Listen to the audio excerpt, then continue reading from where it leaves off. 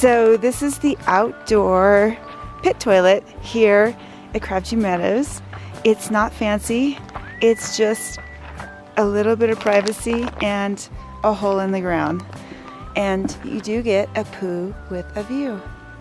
A pit toilet like that is not something you often find in the backcountry, but in high use areas, sometimes they will install something to deal with all the poop. Anyway, I was happy to not have to dig a hole. So good morning and welcome to day 12, I think it is, of my 30-day backpack adventure. SHARLA and DENICE are already almost packed up. They like to get an early start. They like to get in camp early. It's kind of working out well because they're always the first ones into any camp, so they get to pick the best spot, and then I just get to ride on that coattail. So even though we don't hike together, there's still benefits here. Yes. Well, no, not shortly. It'll be hours after you guys set up camp. Okay. Happy trails. Bye. Have a good day. This is Upper CRABTREE Meadows. Lower CRABTREE Meadows is that beautiful spot we camped the other day. This is nice. There's a lot of people here. They have that fancy pit toilet, but the other is more beautiful.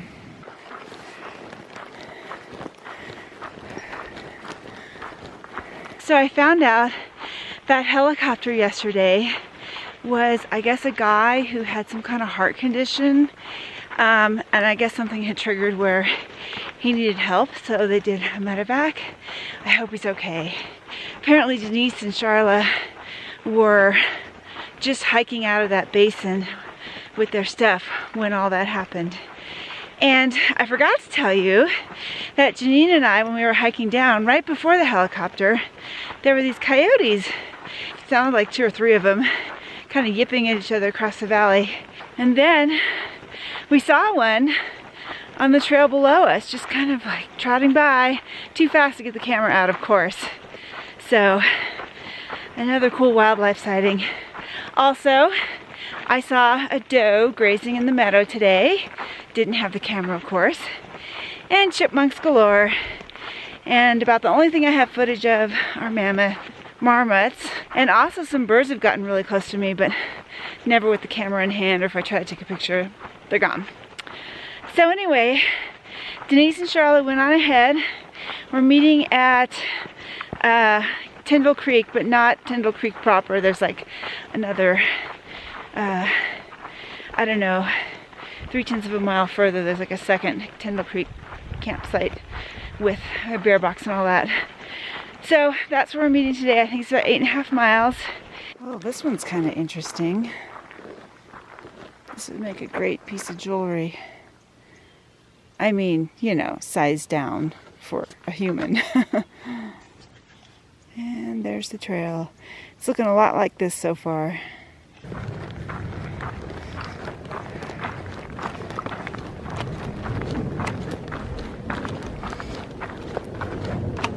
So after coming down from Whitney yesterday, Janine and I just booked it down the mountain straight because we were worried about the weather. Hardly stopped to rest at all. Last night, actually, once I laid down, both my calves started just screaming like, "What have you done to me? Ah!" So I almost took an ibuprofen, but I didn't. I kind of wanted to see how it played out. I was able to fall asleep, and you know, in the morning they feel much better. I can tell my left knee calf area is just, it's, I don't know how to put it. It's telling me that I'm okay for now, but if you overdo it, I'm gonna act up. The other thing I've got going on is on my right heel, I have a new blister right next to the old blister. Oh, and then the other thing I've got going on, let me sit down for a moment, see if I can show you this.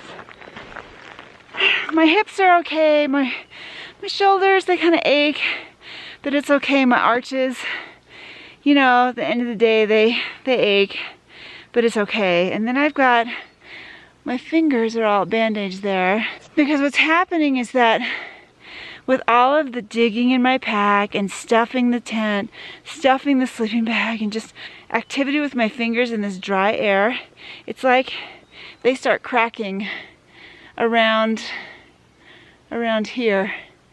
And it's like these, I don't know, skin cracks, and then they start to hurt. Like this thumb here really hurts, right here on that side. So, just some of the stuff you're dealing with when you're out here.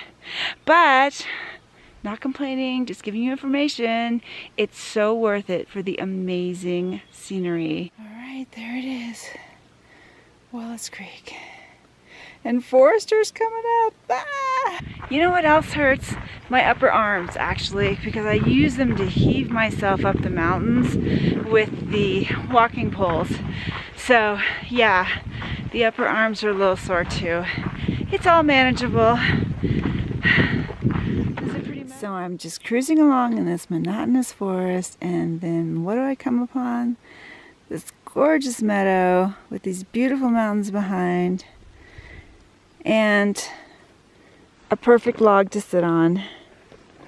So I'm taking a break because the view is just too amazing to pass by. Looks like everyone stops to take this picture.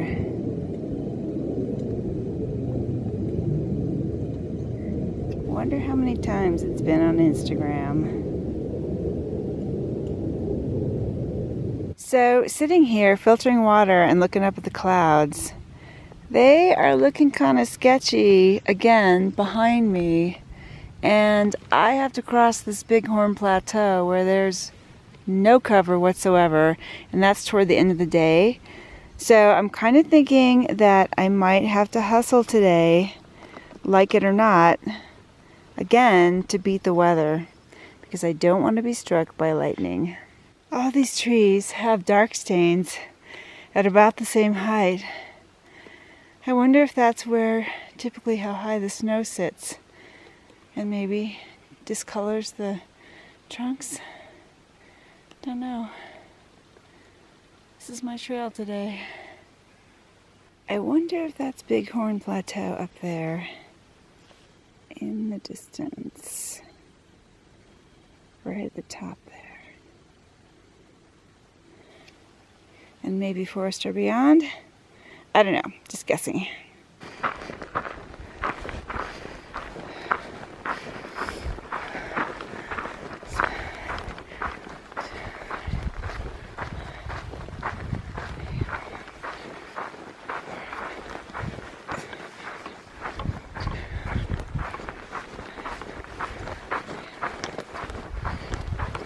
I think this is Wallace Creek crossing. I'm not sure, haven't looked at the map, but nothing major at all, just a nice little creek crossing, unless this isn't Wallace, I don't know. Okay, actually, this is Wallace Creek, and I'm showing you through the trees because it's raining and I don't want the phone to get wet. It doesn't look that bad, thank goodness. There's a bunch of stones, it's long, but looks like it's knee deep. So I'll just make sure the electronics are secure. Okay, that was Wallace Creek. Not bad this time of year. I hear thunder in the distance over there.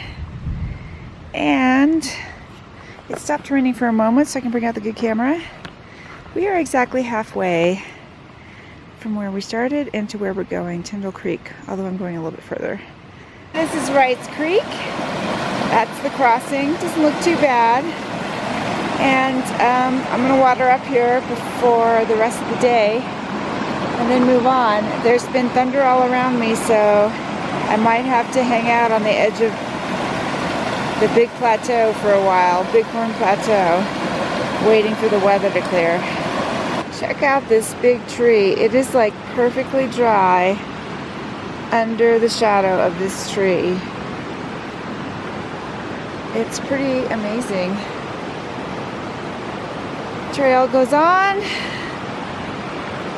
Wright's Creek. Just crossed it. Got my toe wet, no big deal. This stuff is a lot easier than what was in the depths of Yosemite, Rush Creek and Return Creek in 2016. This is just like whatever, walk in the park. Look at this tree. Thank you, tree, for sheltering me from the rain. I think I'm gonna sit here for a little while.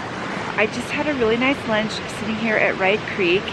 I had lemon pepper tuna, a packet that Sharla gave me, so thanks for lunch, Sharla. It was yummy. And there's a couple other hikers here on the other side of the tree resting.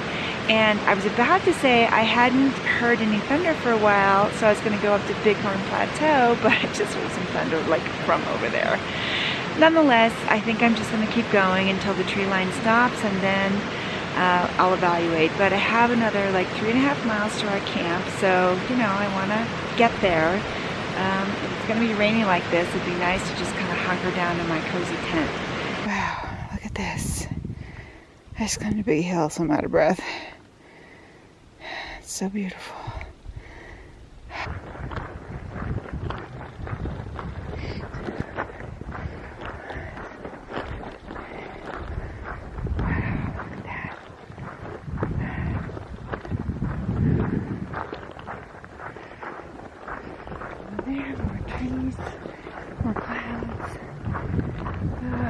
These high points. My husband says I'm a panner with the camera, but I just can't help it. I mean, look at this.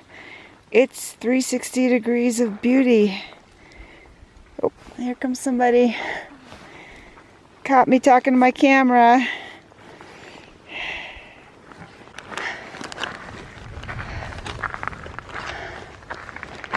Well, just as I was about to say, I think we're approaching Bighorn Plateau and the weather seems to have settled. I hear thunder in the distance. But it's more over there to the east versus the north where I'm going. So let me get up there, check it out. I don't know, what do you think? Lightning? Or maybe that one over there? Lightning again? Oh man. Patch of blue, follow me across this plateau. I need to get out of here fast. Alright, I think this is it, the plateau. There comes somebody. He survived. Alright, so I just talked to some hikers who just came across the plateau, you know, to see how sketchy it was with the thunder and lightning, and you know, they said it was mostly in the distance, so it was okay. So I'm going for it. And one guy said, you know, if you feel that tingly static thing, drop your poles. Lightning poles is what they are. Toss them. So, will do. Now let me show you what I'm looking at. It's pretty spectacular. This is where I came from. Clouds are kind of clearing. It stopped raining, thank goodness. I can bring out the camera. This is where I'm going. Over there, down, and look at all this. There's like a little lake and more mountains and some snow and crazy trees that have been struck by lightning. It's just incredible up here. So this is Tyndall Creek. It's tiny. There's a bear box up there. I don't see anybody camped around. There's a lot of spaces in there. That's where I came from. So yeah, I guess everybody who passed me has gone on to the higher up campground. Basically everybody's trying to get close to Forester. Excuse me. So that they can have an easier day tomorrow. Uh-oh, looks like the bears have gotten into people's food already. That's too bad. Now they're junkies. Look at the ripples on that rock. So maybe this is the real Tyndall Creek. Maybe that other one was its baby brother. I don't know. Just past the Shepherd's Pass junction. From the junction to the ranger station. So now I am hunting for TUTU and SALSA.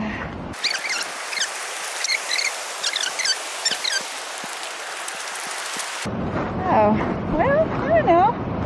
Choice number one is a little rapid. It'll be slippery on that middle rock. Let's go check out choice number two. Now turn off the camera and put it away. Basically the strategy on that one was through the bushes over there and then down this middle bunch of rocks and then off to the side. And there's the trail. The second crossing was much easier than the first.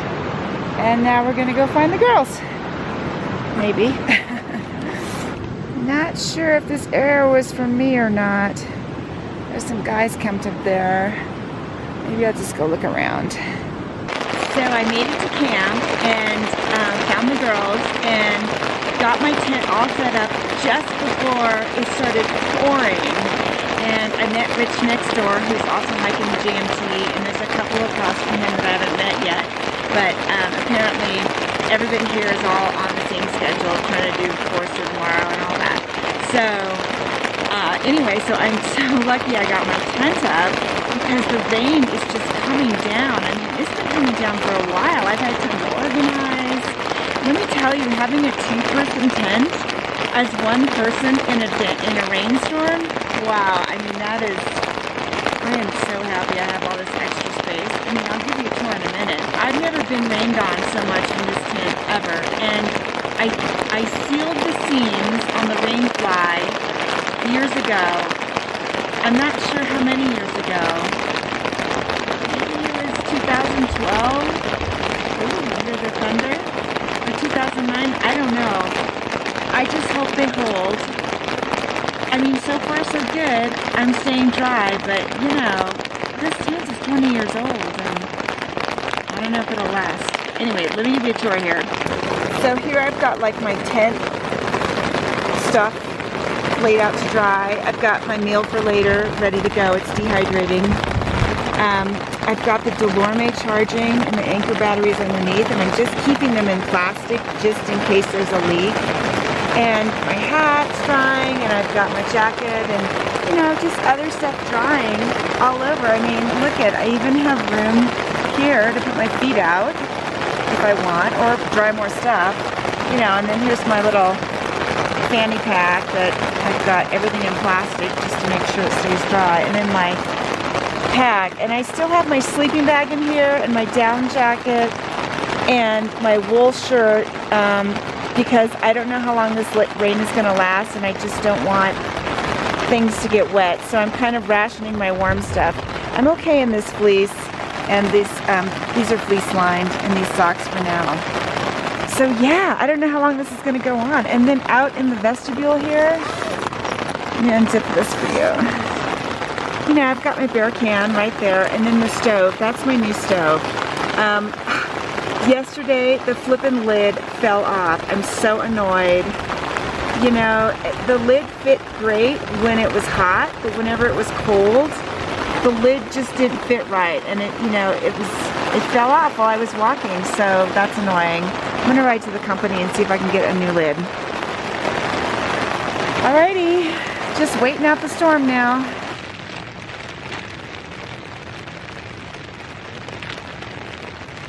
So it's been raining for a couple of hours, and I have a couple problems. One is that there's this depression in my tent spot, so I had to like dig under with the shovel to, like, it was just starting to pool, so I had to dig under with the shovel to make a channel to get the water like out. So there's my little emergency channel. And then the other problem I have is that my stove won't light, and I'm wondering if it's because the lid fell off, it got rained on, and then all these little parts in here got wet, so I'm wondering if it's not sparking because of that. My push button spark isn't working, so I may try a match. I actually happen to have a match. So, and maybe it's gonna stop finally raining now. I don't know. You know, it's fun for a couple hours and then it becomes concerning. Like, what if I have to pack up all this wet stuff? That's gonna be a problem. Well, the rain seems to be subsiding, but every time it subsides, it comes back again, so who really knows? Since I can't get my stove to work, I tried again. I decided against doing the match because I mean, look at this enclosed space. I just don't think that's the best idea. I mean, the whole thing could explode. So I'm just going to put the stove away, and I don't know. I guess I'll try again tomorrow when it's dry and see if the wetness is the problem. If I can't get it to work, I'll just carry it out and try to get a warranty replacement from the company. I mean, come on. I mean, it's for freaking backpacking. It shouldn't just fail so immediately. In the meantime, I am having, let's see, cold soup, al dente. You know, it tastes good. It's like an onion mushroom soup. It's just cold and crunchy. That's all. So, you know, sometimes things go wrong and you just deal with it. Well, it's been raining for 4 hours now. I finished my crunchy cold dinner. Forgive me if I have food in my teeth. I can't exactly go out to the bathroom to brush them right now.